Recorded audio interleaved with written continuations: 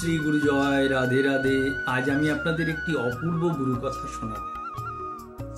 শ্রী শ্রী ঠাকুর দুর্গাপ্রসন্ন পরমহংসদেব কতটা প্রেমিক ছিলেন, কতটা তার শিষ্য ভক্তকে তিনি ভালোবাসতেন, তার ভালোবাসা যে কতটা গভীর, অর্থাৎ সে যদি শিষ্য না হতো, ভক্তও হতো, তার জন্যে তিনি পাগল হতেন। শ্রীমৎ নৃপেন্দ্র ব্রহ্মচারী দাদার কাহিনী। তো এই নৃপেন্দ্র ব্রহ্মচারী দাদা বাংলাদেশে থাকতেন এবং তার গুরুদেব ছিলেন কুলদানন্দ ব্রহ্মচারী। তো তিনি কিছুদিন হয়েছেন দেহ রেখেছেন। তো তারপর থেকে তার মনটা খুব খারাপ। তো সে এই বিভিন্ন জায়গায় ঘুরে বেড়ায়। তো হঠাৎ করে সে একদিন জানতে পারছে যে বানারীপাড়াতে ভূপেশ গো ঠাকুরতা বলে একজন শিষ্য আছেন, তার বাড়িতে একজন সাধু আসছেন। এই কথা জানতে পারার পর তার গুরুদেবের কয়েকটি কথা তার মনে পড়ে যায়। তার গুরুদেব বলেছিলেন যে আমি সকল সাধু মহাপুরুষদের মধ্যেই আছি, কারণ এক আত্মা, তাই আলাদা করে দেখবে না। তো তখন তিনি ভাবলেন যে এই ভূপেশদার বাড়িতে তো একজন সাধু আসছেন, একটু গিয়ে দেখা করি। আসলে এই ভূপেশদার একটি গরু ছিল। তো এই গরুটি যখন বাচ্চা দিত, তারপর দুধ দোয়াতে গেলে বাঁট থেকে রক্ত পড়ত। তো সেই কারণে শ্রী শ্রী গুরুদেবকে আনা হয়েছে এই সমাধান করার জন্য। তো যাই হোক, গুরুদেব এসছেন, নৃপেন্দাও এসছেন, গুরুদেবের সঙ্গে দেখা করলেন।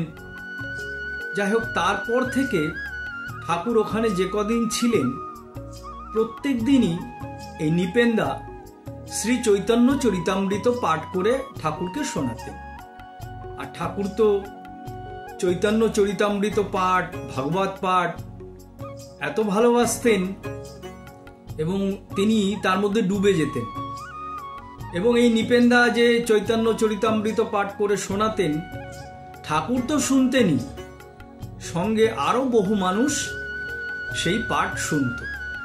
তো এই করতে করতে কয়েকদিন পর হঠাৎ করে ঠাকুর বলছেন যে নৃপেন, হয় তুমি আমাকে রাখো, না হলে তুমি আমার কাছে থাকো।